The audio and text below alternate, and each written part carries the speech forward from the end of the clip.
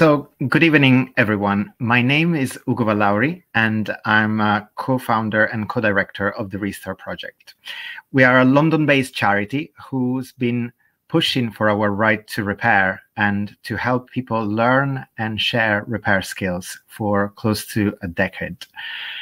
That's been quite a journey, and most people know us, for the most part, for our Restart parties that we've been running for close to a decade now. What they're amazing community repair events where members of the public join either because they are volunteers who want to share their skills or because they need something repaired.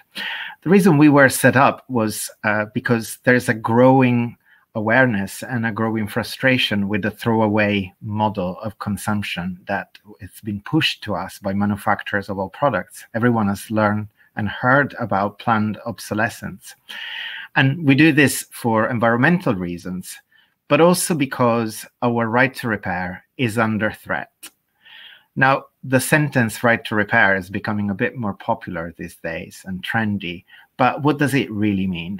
It means that for most of the products in our pockets or at home, our appliances, we no longer have spare parts or affordable spare parts. If a repair is needed, too often it's too expensive, making people think that, well, I should just buy a new product. Repair manuals are not available. The diagnostic tools aren't available. Products are simply not designed to be repaired, which means that at times you break them in the process of getting to the spare part that you would like to replace. And more products than you think at this point depend on software to continue being operational. So the mountain of e-waste that we generate is also very much linked to the lack of software support for all kinds of products. It would be your oven, your fridge, and your washing machine, not just your laptop. And this is why our events are important also as a way to collect data.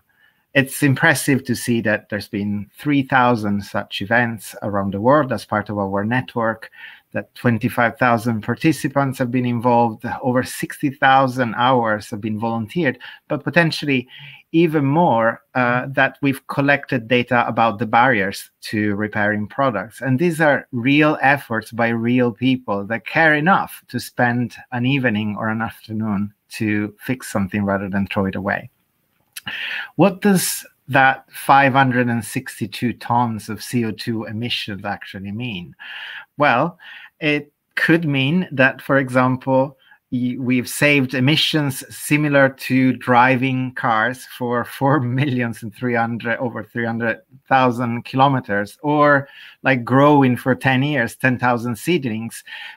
Basically, it's not that much at one level when you think that the UK is the second per capita producer of e-waste, 24 kilograms per person per year. But it shows that communities can make the difference.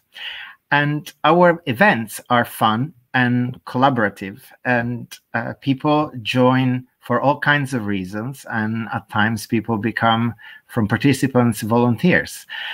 And I'd like to share stories of a couple of our volunteers. One, Bridget, has been an academic, a researcher, believing in the importance of making repair visible. And she also co-hosts events in Hackney. Steve is an IT professional, data-driven professional, and also a repairer, and likes to share his skills and help others understand how they can repair for themselves. But we also have a focus on young people because we think they're the next generation of fixers, and it's crucial that they understand what's inside our gadgets.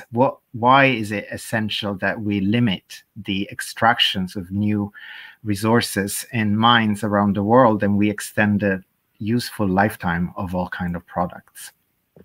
Because of all of this and of the nature of our work, we also campaign for the right to repair, connecting the dots between grassroots repair action and the upstream change that we want to see, making sure that lawmakers at UK level, as well as in the EU, actually understand the need for radical changes in legislations. We want to change the system. We don't want to just change a screw or a screwdriver. And now our ask. The pandemic has been tough, also for community repair networks.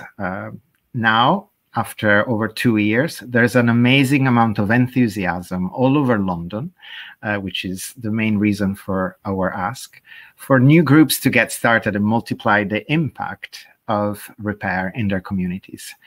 We are asking the Funding Network's members for £10,000 to help us multiply the amount of support that we provide to local new groups that want to get started, create new opportunities for volunteers to learn from each other, support the groups, extend volunteer networks, and make sure that more people are exposed to repair in public spaces everywhere around London.